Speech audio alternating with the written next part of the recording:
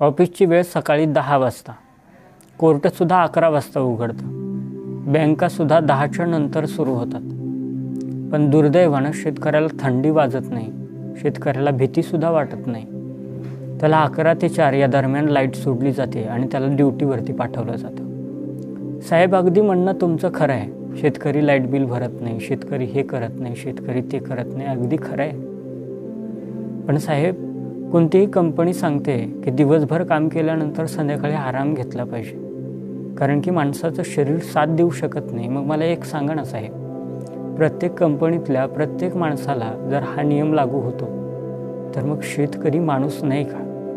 दिवसभर सकाळी 8 वाजल्यापासून संध्याकाळी 7-8 वाजेपर्यंत राबायचं आणि पुन्हा एकदा 11 वाजता लाईट आली की 11 ते 4 संध्याकाळची ड्युटी करायची, अर्थात शेताला पाणी सोडायचं.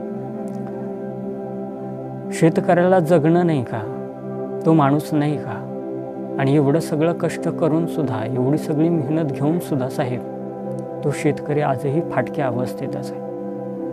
याला पुरावा द्यायची गरज नाही. तुम्ही म्हणाल शेतकरी मोठे झाले, समृद्ध झाले. फार कमी शेतकरी आहेत जे आदर्श ठरले साहेब.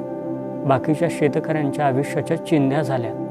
आणि महाराष्ट्र शासनाच्या पुस्तकात एक कवी सुंदर असं म्हणून जातो, लेतो अंगावर चिंध्या, खातो मिरची भाकर, काढी उसाचं पाचट.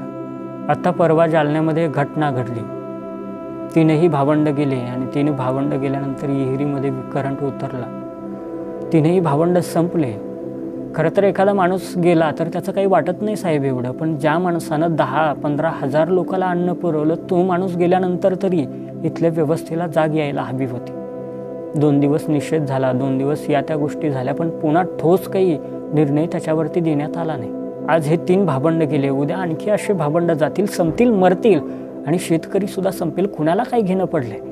फक्त मत मागायच्या टायमाला फक्त शेतकऱ्याच्या नावावरती मागायचे, मोठमोठी स्वप्न दाखायची आणि शेतकऱ्यांकडनं मतं लुबाडून घ्यायचे. बस याच्या पलीकडे काय घेणं पडलंय कुणाला? 5 वर्ष गेले, शेतकऱ्याचे प्रश्न काय, कुणाला काय करायचंय, कोणते प्रश्न आणि कितपत सोडले? जर शेतकऱ्यांचे प्रश्न सोडले असते तर गेल्या 67-68 वर्षात शेतकरी स्वयंपूर्ण का होऊ शकला नाही? ज्या भारत देशाला कृषीप्रधान देश म्हणतो त्या देशात शेतकऱ्याची जर ही अवस्था असेल तर सर्वसामान्य माणसाची काय अवस्था असेल? वेगळं सांगायची काय गरज आहे? ज्या देशाला कृषीप्रधान ही पदवी लावली जाते त्या देशात शेतकरी कसा राहायला पाहिजे, कसा जगला पाहिजे? नाही सुधरू शकलो आम्ही, नाही शेतकऱ्याला आदर्श करू शकलो आजपर्यंत.